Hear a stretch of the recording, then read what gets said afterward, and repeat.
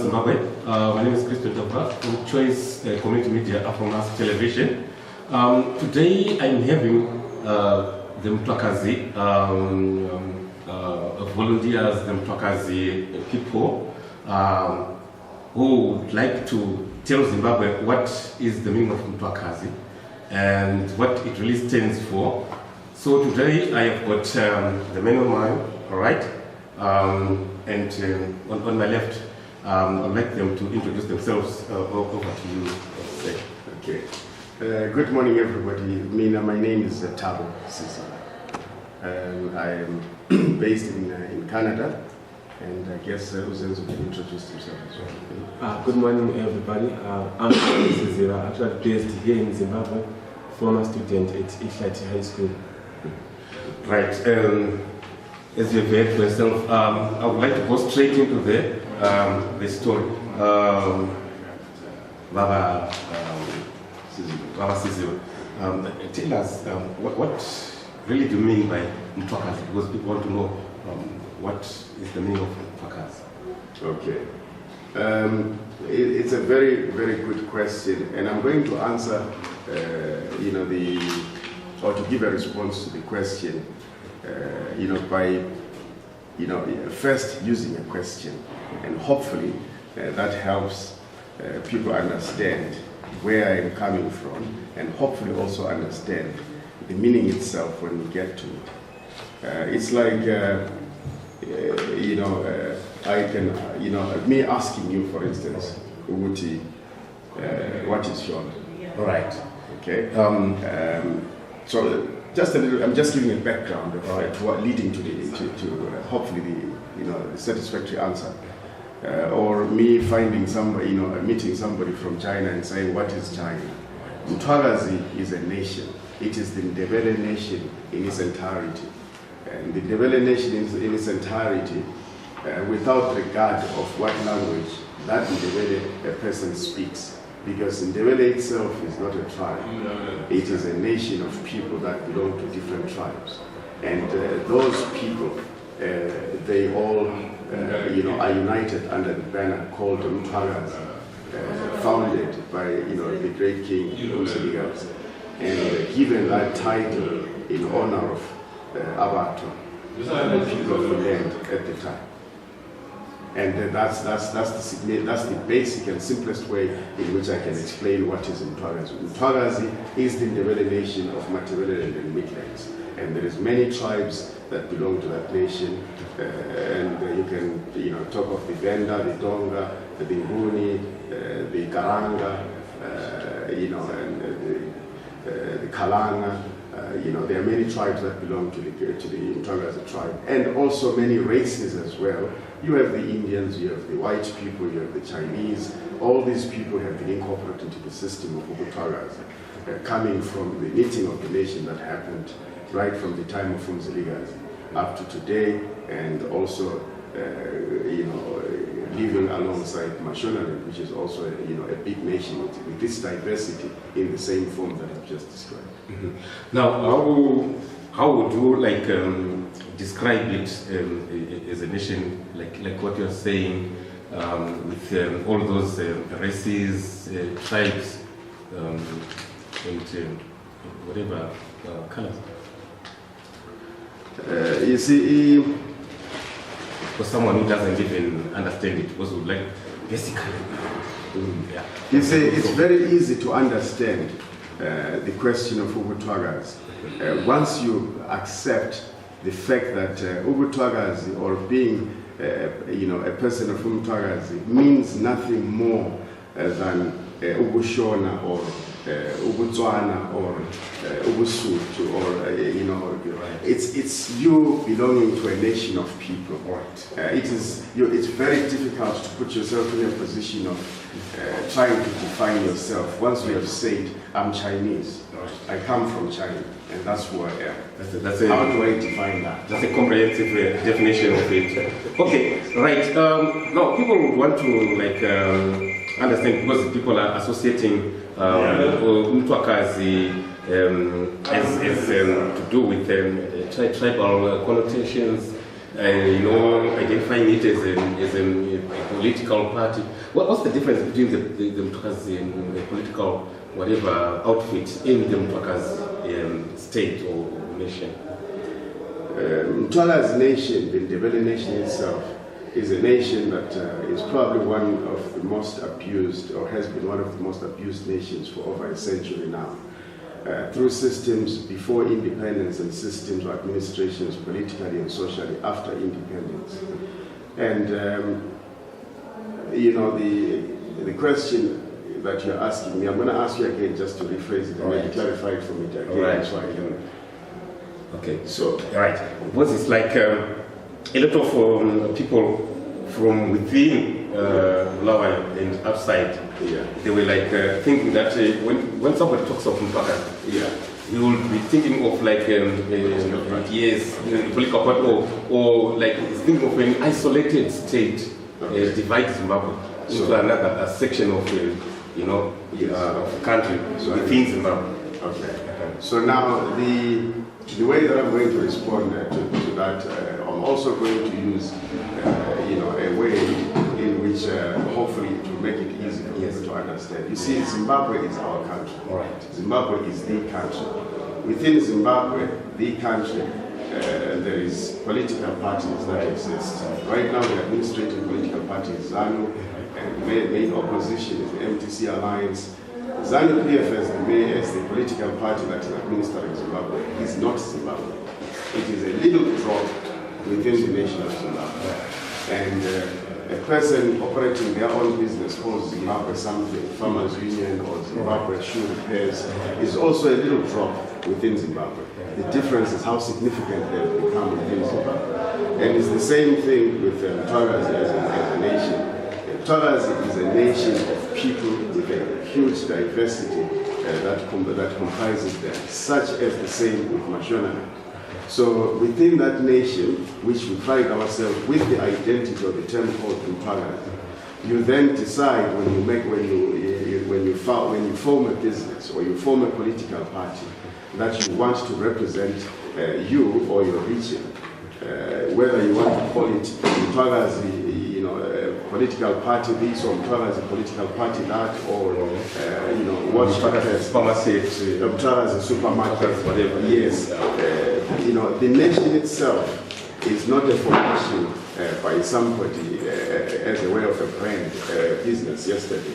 It is something that this is a nation that was founded alongside other nations that are all over the world. It's even probably older with its identity Mthwakazi than many nations that we see around us. What is happening now is just that term called Mthwakazi is just being resuscitated in this day and age because after the destruction of our kingdom, it was lost. And for selfish reasons, people who decided to destroy the kingdom or the nation itself thought it better to promote the name Mthwakazi more than the identity Mthwakazi for the region. So now people are just getting back what they already had, which is their original pride of Mthwakazi or being identified as Mthwakazi. And that's just what is happening now. And as people become more and more conscious and begin to identify more and more with Mthwakazi, then they can form as many political parties as they want within Mthwakazi as a nation, and then also within Zimbabwe, because Mthwakazi, remember, is a nation that is existing within the boundaries of a country called Zimbabwe, which is where we are right now. So it's more like we have Lesotho in South Africa, and we have this other Swaziland. Yeah. So it's more like that. Yeah. It could have been very easy prior to independence for the powers to be or the leaders to be at the time when independence was to be found to have negotiated the rightful sovereignty of Mashonaland versus the rightful sovereignty of Mthwakazi as a nation and Mashonaland as a nation, for us to either exist independent independently or regain back our independence, sovereign of each other as neighbors at the time of independence, or negotiated at the time of independence a situation where Mthwakazi, being part of Mashonaland, having agreed, through a popular opinion or popular demand, that hey, it's okay that we were forced to be this one big farm out of two farms, but it's okay, we love each other so much, we will continue cohabiting and co-living together, but still the respect of where we come from historically, we have never lost our sovereignty or our identity within our regions. So what we have been wrong with independence, for instance, to say, okay, while we now embrace this forced union or this forced boundary that has put two farms into one farm, we are still going to say, okay, now we have fought the white men out of our land that they forced to make it one. Now we are going to continue living together. But guess what? Remember that when the white men came here, they found two regions that they actually administered independent of each other by force for many decades and for many years. So what we as Africans, when we got independence, could have done was to say, okay, let's first discuss our independence, respecting that history, and then agreeing that whoever is within these regions must be given the control of their region, the sovereignty of their region and culture. In Mashonaland and in Mthwakazi, we retain our cultures, we retain our power, we retain our control within our regions. And then, when we come to the outside border, to the big mother that houses these two nations, that's where devolution comes into place. We then go out and fight the rest of the world as a united country. United country. Yeah. Right. So in other words, I get to know it. Now, let's talk about this noble work of reintroducing the identity of Mthwakazi. Because I call it noble because it's the identification of a certain identity that was more like hidden from a lot of our young and upcoming artists. What would you like say was the work or success or the works whatever work? Okay. Zenzo Siziba and the gentleman that is not here by the name of Mthwakazi, also known as Biko Maposa in the musical arts industry. We engaged in a walk that I had planned more than 15 months ago. I came up with an idea that I wanted to go ahead and do something that would speak a different language, coming from a different direction about Mthwakazi and what the significance of it as a kingdom and as a nation is. Doing something that would gain the attention of people both nationally within Zimbabwe or countrywide and internationally as well, looking at the outside borders and people that are elsewhere.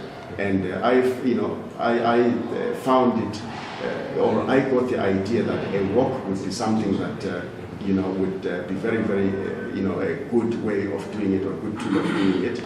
And I came up with the idea of doing a walk from Bulawayo to Harare. I called it my Mthwakazi Mahlabezulu Walk of Freedom, and I wanted the walk to be something that identifies with individual feelings, with individual commitments, not a grouping or a group of people that organize something that may end up easily being attached or being interpreted as some demonstration or a protest. So I wanted people to then understand, to understand from a personal perspective why they want to be part of the walk and the significance of the walk.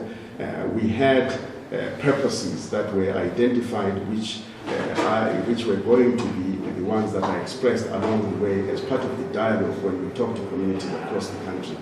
And some of the purposes are as follows. The primary purpose was to promote awareness around cultural diversity, ethnic diversity, talking of tribal diversity, of the very important two nations that form this beautiful country called Zimbabwe. And those two nations are Mashonaland and Mthwakazi. And that was one of the significant part of the walk. We were going around talking to people, dialoguing with people about what it means, encouraging people to express themselves. And we found that probably maybe 80 to 90% of people throughout our country, at least that is based on the survey as we walked on foot, what we found. Most of the people did not know what tribe, for instance, they belonged to. All they knew was that they belonged to Shona and they belonged to Ndebele. Yes. And if you ask deeper than that, then they get lost. Yes. And then we say that's exactly what has lost our nation's direction anyway. Because if people don't know who they are, they don't know where they are coming from, how then do you become proud of your country? How do you become proud of yourself if you don't know which, you don't know you don't know China, you don't know I would like to agree with you on that, because we have a situation where we have a person at all level is forced to have English compulsory. It's more like what do they call it? English is a subject that is almost compulsory. Yeah, compulsory. No, English is a language, right? Nguni is a language. Soto is a language. Why wouldn't say they must have a compulsory language? Any other language. So I would have prepared. I'm sorry. Languages, just as when it comes to culture, for instance, it is very, very simple. Africa in general and Zimbabwe in particular, we should be prioritizing, our local languages, our local cultures, and our local traditions more than any other. I found it very fascinating when I was visiting people's homes, even my own relatives' homes, over the past few days. Realizing that they are actually, people have actually become more or less, to say, addicted to Indian soap stories, Indian programs, love stories, whatever you call them, more than local dramas, which they can actually identify with, love stories, from local actors that they can actually identify with. But imagine if, we have our children, and they are identified with, Indian ways of developing love or developing whatever. What about your own cultural, traditional ways of doing things? What about the music? If I go into a Harare nightclub, I want to feel like I'm in Harare, because the music that is there is forcing me to feel like I'm in Harare and to learn the traditions of the